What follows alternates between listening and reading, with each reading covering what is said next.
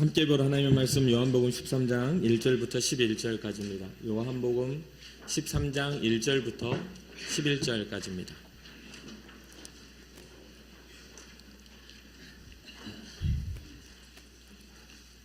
한 절 한 절 교독하고 마지막 절은 합독하도록 하겠습니다. 6월절 전에 예수께서 자기가 세상을 떠나 아버지께로 돌아가실 때가 이른 줄 아시고 세상에 있는 자기 사람들을 사랑하시되 끝까지 사랑하시니라.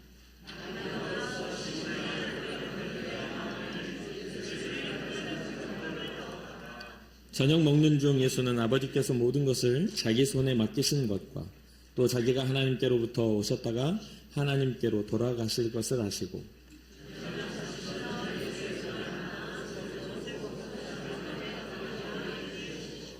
이에 대하여 물을 떠서 제자들의 발을 씻으시고 그 두르신 수건으로 닦기를 시작하여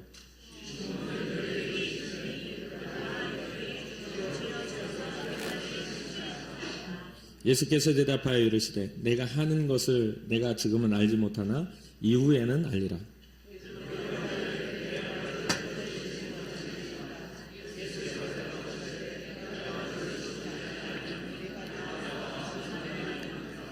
시몬 베드로가 이르되 주여 내 발뿐 아니라 손과 머리도 씻어 주옵소서.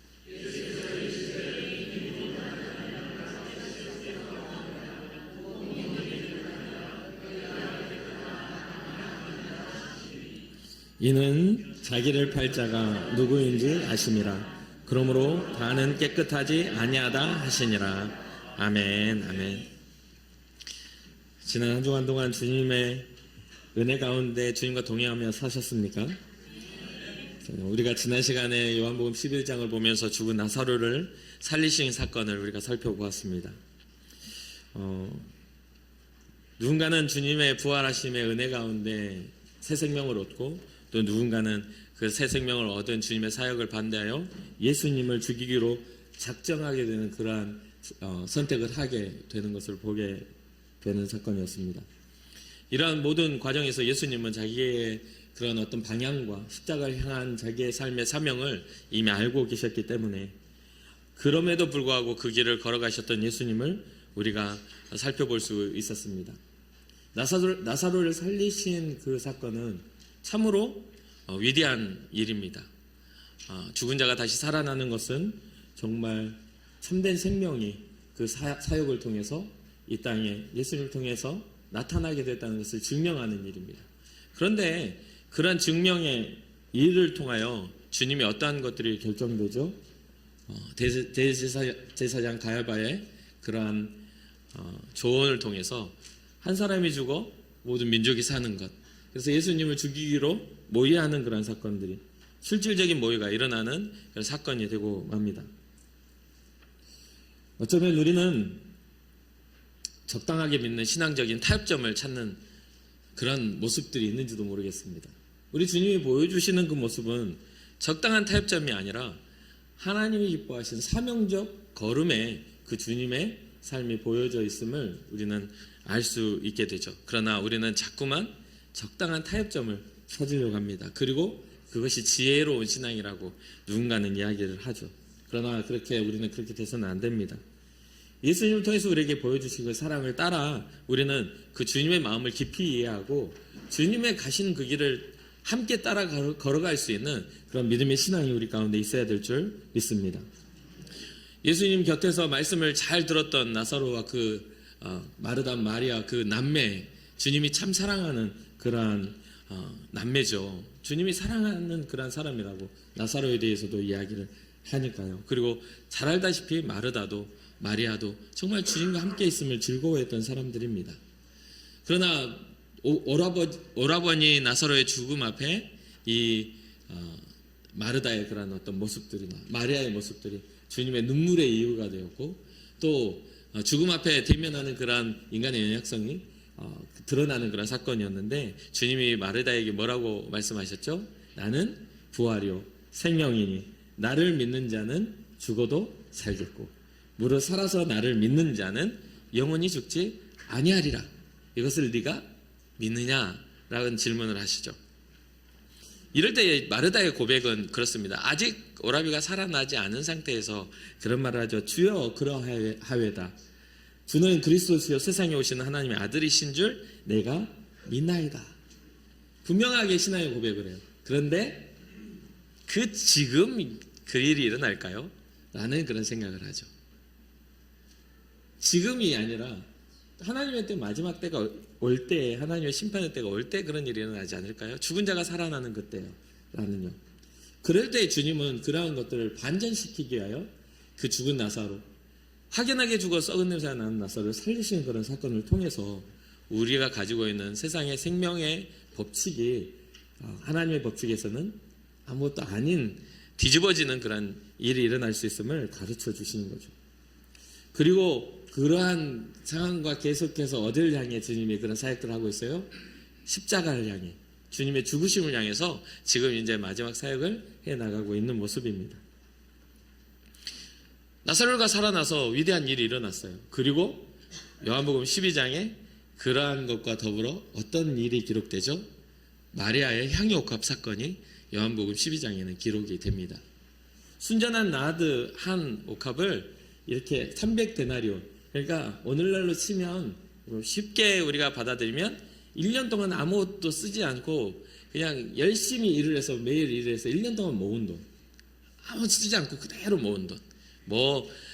어떤 사람은 연봉이 6천이고 어떤 사람은 8천이고 어떤 1억이 될 수 있지만 누구든지 간에 그냥 아무것도 쓰지 않고 한 모아놓은 그 300일 동안에 싹쓸 모아놓은 그 돈은 그 가치지 않은 향유를 주님의 발에 깨뜨리고 머리털로 그 발을 씻는 그런 일들이 나온 거죠. 그때 그런 모습을 보면서 이 가룟 유다가 등장합니다. 뭐라고요? 그것을 가난한 자들에게 나눠주었으면 좋았을 것인데 라는 그런 말을 하죠. 어째요 이 300데나리온이나 되는 이것을 이렇게 하게 되었냐? 가난한 자들에게 팔아서 가난한 자들에게 줬으면 좋았을 텐데 라고 이렇게 말할 때 이 요한은 거기에 뭐라고 기록하냐면, 이렇게 말하면 가난한 자들을 그가 생각하지 않았다 라고 기록합니다. 그는 도둑이라 돈괴를 맞고 거기 넣는 것을 훔쳐가는 사람이기에 그 300데나리온이 가난한 자들에게 잘 나눠지는 것에 대한 관심보다는 어쩌면 가룟 유다가 자기가 가지고 있는 합리적인 생각과 사고 안에서 그 일을 판단하고 정죄하고 있었던 것을 보여줍니다. 그렇게 하고서 주님이 예루살렘에 입성하시는 그러한 입성의 일들이, 호산나 하시는 주님의 일들을 또 기록을 하죠. 그래서 연결이 돼서 주님이 이렇게 들어오시고 이제 오늘 요한복음 13장의 일들이 이렇게 기록이 됩니다. 그때 유월절 전에 예수께서 자기가 세상을 떠나서 이제 하나님께로 가야 될 그런 때가 가까이 오니까, 아버지께로 돌아가야 할 때가 오니까 주님께서 이제 어떠한 모습을 보이시냐면 세상에 남겨놓을 자기의 제자들, 자기의 사랑하는 사람들을 끝까지 사랑하시는 모습들을 보여주는 것을 보게 됩니다. 그래서 그 말은 뭐냐면 주님이 가르쳐왔던 그 가르침 그대로 마지막까지 주님이 이들에게 가르쳐 주시는 모습이죠. 그런데 또 안타깝게 이러한 증언과 함께 가룟 유다의 이야기가 나옵니다. 마귀가 벌써 시몬의 아들 가룟 유다의 마음에 예수를 팔려는 생각을 넣었더라 라고. 그런데 이게 벌써라는 단어가 썼죠. 벌써라는 것은 뭡니까? 지금이 아니라 이미 들어가 있는 마음이라는 거예요. 그것은 어떻게 우리가 생각하면 되죠?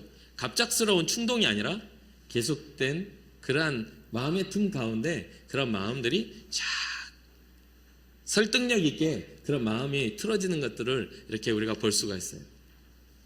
충동적인 게 아닙니다. 그 안에 뭔가 불만족적인 것, 예수님에 대한 어떤 기대가 충족되지 않으므로 예수님 앞에 예수님이 어떻게 해줬으면 좋겠는데 라는 어떤 그렇게 바래왔던 것들이 틀어지니까 이 가룟 유다의 마음도 어떻게 돼요? 쫙 틀어지고 있는 것이죠. 그리고 예수님을 팔려는 그 생각이 그 마음에 들어오게 됩니다. 여기까지 좋아요. 어떤 그런 생각들이 들어오는 건 좋지만 결국은 그것을 이루는 것은 누구의 선택이죠? 자신의 선택입니다. 마귀가 마음에 그러한 것들을 준다 할지라도 성경은 끊임없이 이야기하죠. 죄가 우리의 마음 문 앞에 엎드려 있다 할지라도 우리는 죄를 다스려야 할 사명이 있는 존재들이라는 것을요. 하나님이 가인에게 그런 이야기를 했었잖아요. 마찬가지입니다. 가룟 유다에게도 그런 마음이 들어왔다 할지라도 그가 그를 실행을 할 것인가 아니면 그것을 후회하고 실행하지 않고 주님 앞에 주님을 지키는 자가 될 것인가는 가룟 유다의 선택이었을 겁니다. 그러나 가룟 유다는 그것을 이기지 못하죠. 사랑하는 성도 여러분, 우리가 이러한 부분들에 있어서 계속 이어지는 그 과정 속에 예수님이 제자들의 발을 막 씻기십니다. 그리고 그들의 삶을 축복하세요. 성경의 도를 보여주시면서 모두를 이렇게 발을 씻기셔요. 그 안에는 가룟 유다도 포함되어 있습니다. 그러면 주님의 마음이 그것을 알고 계시면서도 그 일을 행하는 것이 그냥 뭐 진짜 너그럽게 사랑이 많으시니까 그냥 아무런 스트레스 없이 그냥 그 일들을 하셨을까요? 성경이 주님을 말할 때 그렇게 기록했을까요? 조금만 이것을 읽어가다 보면 21절에 이런 기록이 나옵니다.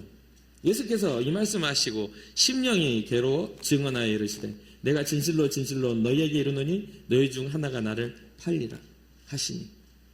심령이 어떻게 해요? 괴로워하셨어요. 주님은 사랑하셨기 때문에 그래요. 이 가룟 유다도 주님은 진심으로 사랑하셨기 때문에 사랑하는 자의 배신을 주님이 즐거워할 리가 없잖아요. 주의 영광 위에서 그렇게 될 수밖에 없었어 라고 하는 것을 당연하게 받아들이시지 않았습니다. 제가 살아가면서 여러분도 저도 살아가면서 여러분들 다 경험해 보셨는지 모르겠지만 이게 삶에서 되게 괴로운 것 중 하나가 뭐냐면요, 일방적인 관심이나 일방적인 사랑입니다. 나 혼자만 좋아해. 상대방은 나에 대해서 굉장히 좋아하지 않아. 아무리 표현해도 그것이 되돌아오지 않는 그러한 어떤 일이 되고 말아요. 통하지 않는 그러한 사랑을 할 때 굉장히 아픕니다. 사람은. 그건 부모와 자녀의 관계든지 아니면 연인의 관계든지 아니면 그 어떤 우정의 관계든지 간에 일방적인 관계는 굉장히 아픔을 주더라고요. 지금 예수님의 상황이 그러한 상황입니다. 주님의 모든 사역 속에서 선택하여 사랑하여 데리고 다니며 제자로 삼았던 그중 한 명이 자기를 팔 것을 알면서도 그의 발을 씻기시며 아마 주님의 마음에 눈물이 흘러내리지 않으셨을까요? 계속해서 사인을 주고 있잖아요. 이해하지 못하고 오해하게 되거나 사랑했는데 거절을 받거나 거부를 당할 때, 그럴 때 참 이 찾아오는 절망감은 좀 큰 것 같습니다. 게다가 예수님처럼 결과가 뻔히 정해져서 더 이상 멈추지 못하고 계속 가야 할 상황이라면요, 이미 정해진 불행을 향해서 계속 브레이크가 들지 않고 계속 달려가야 할 상황이라면 그 마음이 얼마나 괴로웠을지, 얼마나 힘들었을지 이해할 수밖에 없습니다.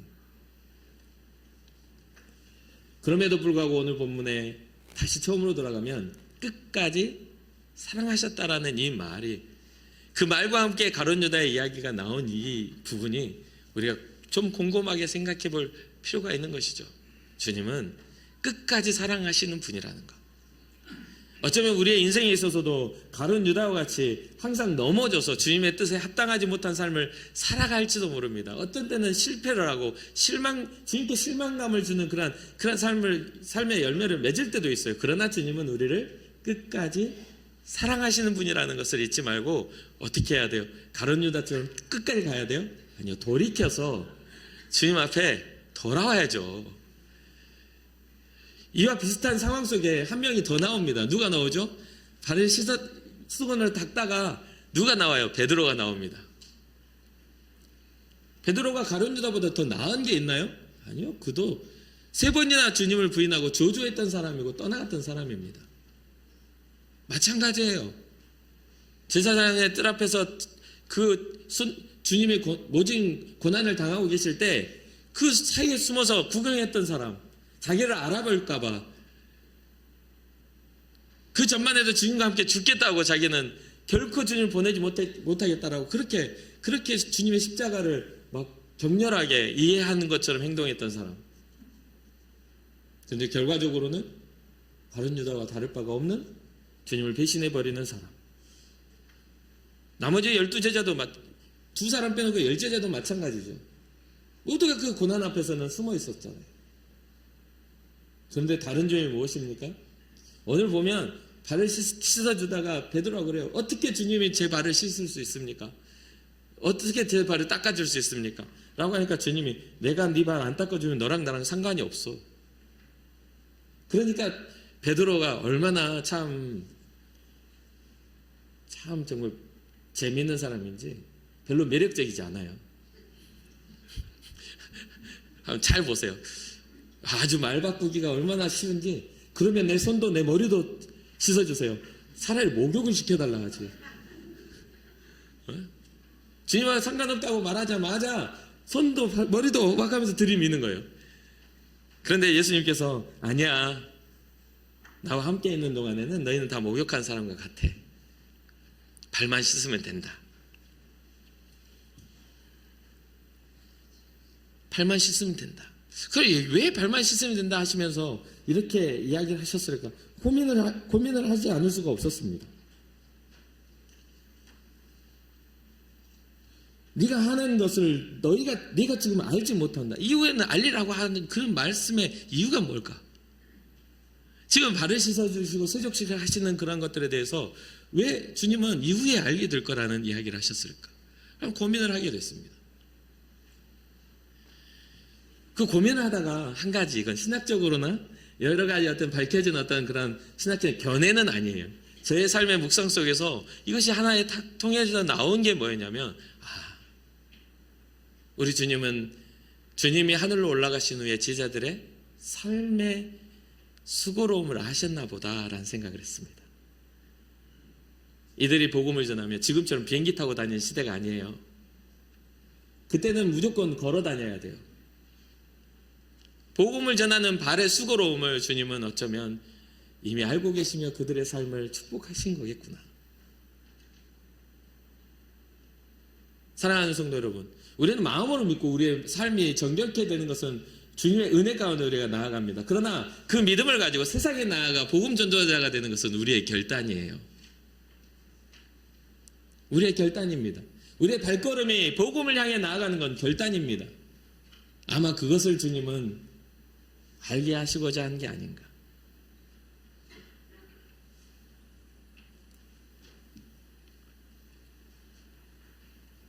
우리 주님은 원수까지 사랑하시기 위하여 차별하지 않으셨습니다. 이게 굉장히 중요하죠. 원수까지도. 주님의 지금 원수는 누구입니까? 가룟 유다잖아요. 그러나 알고 계시면서도 차별하지 않고 그들의 발을 다 씻어주시는 주님의 모습. 그들의 발을 씻으신 후에 옷을 입으시고 다시 앉아서 우리 주님이 말씀하십니다. 내가 너에게 행한 것을 너희가 아느냐? 너희가 나를 선생이라 또는 주라 하니 너희 말이 옳도다. 내가 그러하다. 내가 주와 또는 선생이 되어 너희 발을 씻었으니 너희도 서로 발을 씻어주는 것이 옳으니라. 내가 너희에게 행한 것 같이 너희도 행하게 하려 하여 본을 보였느니라. 주님의 모습을 통해 우리가 그렇게 살아가기를 주님은 원하셨던 것이죠. 주님의 모습에는 단지 발만 씻겨주신 모습이 있었나요?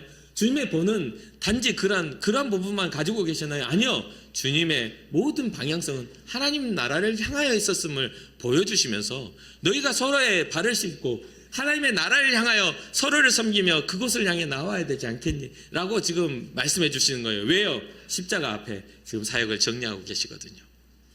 자신의 삶의 방향들이 이제 십자가에서 종결되는 그런 상황 가까이 오고 계시기 때문에 주님은 자신의 모습을 통해 가르쳤던 것들을 실천을 통해 보여주고 있는 것입니다.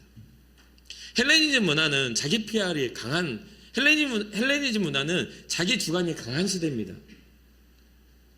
자기 주관이 강한 철학이 발달하고 자기의 어떤 권위와 권세가 아주 사람들에게 중요했던 그런 문화예요. 그러나 주님은요, 자신의 권세를 내세우지 않고 제자들의 발을 씻겨가면서까지도 하나님의 나라를 소개하시고자 했던 주님의 사랑을 우리는 기억해야 할 것입니다. 주님의 이 모습은 주님이 가르치신 그대로를 다시 한번 가르쳐 주시는, 증명하는 사건입니다. 마태복음 5장 43절 44절에 이렇게 기록하죠. 또 내 이웃을 사랑하고 내 원수를 미워하라 하였다는 것을 너희가 들었으나 나는 너희에게 이르노니 너희 원수를 사랑하며 너희를 박해하는 자를 위하여 기도하라. 그러면 주님의 발 씻음의 이 세족식의 의미는 무엇입니까? 주님의 간절함 아닐까요? 자기를 팔 줄 뻔히 알고 있는 가룟 유다의 발, 자기를 떠날 줄 뻔히 알고 있는 12제자들의 발을 씻기고 계시는 그것은 무엇입니까? 바로 사랑하는 것입니다. 위에서 기도하는 것입니다. 원수도 사랑하고 박해하는 자를 위하여 기도하는 그러한 믿음, 그러한 정신, 그게 바로 주님이 원하셨던 모습임을 우리는 알 수가 있죠. 그리고 그대로 본을 보여주십니다. 사랑하는 성도 여러분, 그러니 우리는 예수님의 정신을 가진 사람이지 않습니까? 그렇다면 우리가 서로를 겸손히 섬기며 서로를 사랑하는 일에 힘쓰는 그러한 인천 궁복교회 성도들 되기를 주님의 이름으로 축복합니다. 여러분들의 삶이 더욱더 선한 영향력을 갖는, 주님이 기뻐하시는 그러한 영향력을 갖는 믿음의 사람들 되시기를 주님의 이름으로 축복합니다. 요한복음 13장 34절에 35절에 보면 이렇게 기록하죠. 새 계명을 너희에게 주노니 서로 사랑하라. 내가 너희를 사랑한 것 같이 너희도 서로 사랑하라. 너희가 서로 사랑하면 이로써 모든 사람이 너희가 내 제자인 줄 알리라. 아멘. 우리 인천 궁목교회가 부흥할 수 있는 그런 방법이 무엇일까요? 여기 우리 교회에 와가지고 제일 먼저 들은 게 우리 교회는 가족 중심의 교회예요. 모든 그런 직분자들이 정말 다 연결되어 있고 사돈으로 연결되어 있고 가족으로 연결되어 있잖아요. 아니, 가족으로 연결 안 되려면 서로 결혼을 시켜서라도 연결을 해 놓은 그런 가족 단위 교회잖아요. 맞습니다. 예수 공동체는 새로운 가족 공동체입니다. 맞습니다. 그러나 그것이 우리의 가문과 우리의 인간적인 관계의 가족이 되어버린다면 이것은 굉장히 주님 앞에서 우리가 잘못 생각하고 있는지도 몰라요. 그것 이상의 더 확장된 예수 안에 생명을 가진 자들의 가족이 우리 가운데 이루어져야 될 줄 믿으시기를 주님의 이름으로 축복합니다. 누가 와서 들어와도, 누가 와서 우리와 함께 한다 할지라도 손을 내밀어 이름을 불러줄 수 있는 그런 우리의 모습 되기를 주님의 이름으로 축복합니다. 또 합니까? 그렇게 살다 보면 손자의 손자끼리 또 결혼할지? 믿음의 공동체가 이루어지다 보면은 더 좋은 일들이 일어날지 또 압니까? 우리가 처음부터 정해놓고 가는 거 아니잖아요.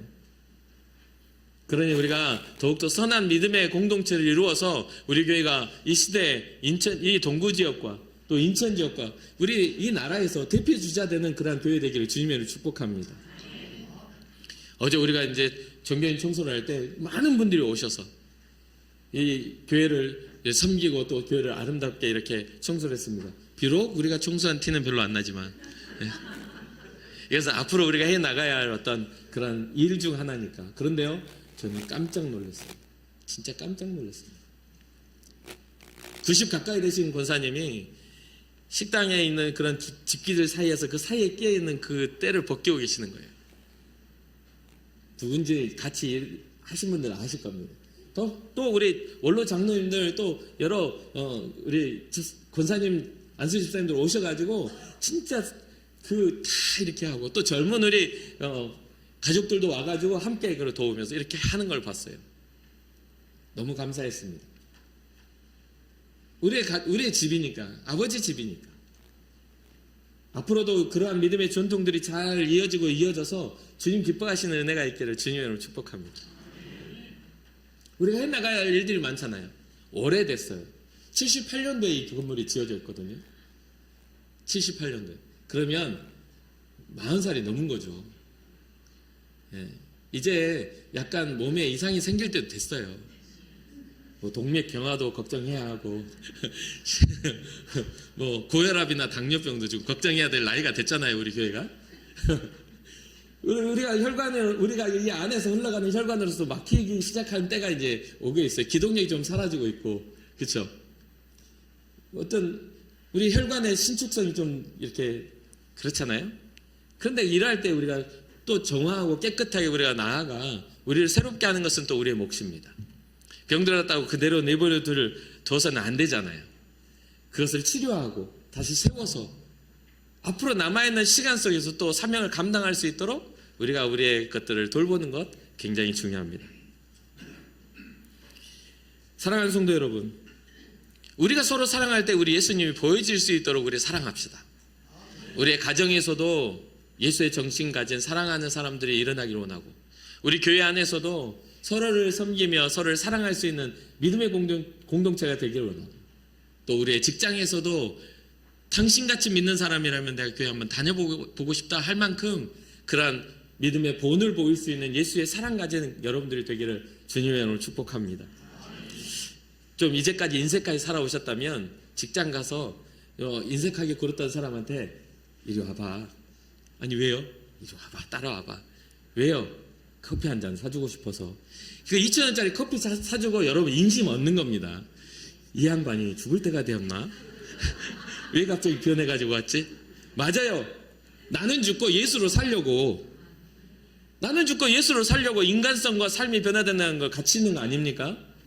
인색한 삶에서 베푸는 삶으로, 메마른 삶에서 성령의 충만한 삶으로, 성령의 단비로 촉촉해진 삶으로 우리 바뀌면 좋잖아요. 여러분들 혹시 여러분의 삶에 주님 앞에 예배를 드려도, 하나님 앞에 기도하며 찬양을 불러도 눈물이 메말라 있다, 감격이 없다, 그럴 때는요 작정하며 기도하시기 바랍니다. 주여, 주의 복음에 감격하는 삶 되게 하여 주옵소서. 메마른다는 것은 굉장히 두려운 거예요. 사람이 매정해지는 것도 두려운 겁니다. 아마도 가룟 유다의 마음이 메말랐기에 그 마귀가 심어놓은 유혹을 뿌리치지 못한 거 아닐까요? 사랑하는 성도 여러분, 우리는 주님의 은혜 앞에 정말 죄송스러운 마음으로 회개해야 합니다. 정말 돌이키며 주님 앞에 다시 돌아와야 돼요. 이 베드로가 손도 씻어주고 머리도 씻어주고 몸도 씻어주라 할 때, 비록 3번 이렇게 부인하고 떠나갔을 때 주님이 베드로를 부르실 때 뭐라고 부릅니까? 요한의 아들 시몬아, 네가 날 사랑하느냐? 그 물음을 던졌을 때 그의 마음이 얼마나 괴로웠겠어요. 내가 주님을 버렸었는데요. 근데 주님을 사랑합니다. 왜요? 부활해 주셨잖아요. 살아계신 주님을 다시 봤는데 회복이 돼야죠. 이건 비겁한 게 아니라 현실을 인정하는 겁니다. 주님을 봤는데, 주님을 만났는데 여전히 그 죄 가운데 머물러 있겠어요? 부활하신 주님을 만났는데, 주님, 제가 주님을 사랑합니다. 주님 다시 물어보시죠. 진짜 나 사랑하니? 주님 사랑한다니까요. 다시 물어볼게. 나 사랑해? 아시잖아요. 내가 주님을 사랑하는 줄 아시지 않습니까? 라는 어떤 간절한 그의 그냥 가슴 아픈 그런 고백처럼 평생을 이제는 주와 함께 걸어다니며 주님이 내 발을 씻겨주신 그 이유를 깨닫지 않았을까요? 복음을 전하기 위하여 그 험산줄령 산을 넘고 복음을 전하기 위하여 고난당하고 핍박받는 줄 알면서도 그 복음의 길을 향해 걸어갔던 그 길을 주님 알고 계시며 축복하신 거 아닐까요? 사랑하는 성도 여러분, 우리의 삶이 그렇게 되기를 원합니다. 주님을 만났으므로 우리의 삶이 고난인 줄 알면서도 걸어갈 수 있는 그런 믿음의 용기가 있기를 주님의 이름으로 축복합니다. 그래서 이 한 주간 또 일주일간 살아가는 그 동안에 주님의 손 붙잡고 세상의 여러 가지의 것들, 여러분들 정말 믿음 빼앗아 가려고 정말 눈 부릅뜨고 여러분들을 삼키려고 하는 그런 모든 마귀의 괴계에서 능히 이겨낼 수 있는 힘과 능력이 여러분과 저에게 있기를 주님의 이름으로 축복합니다.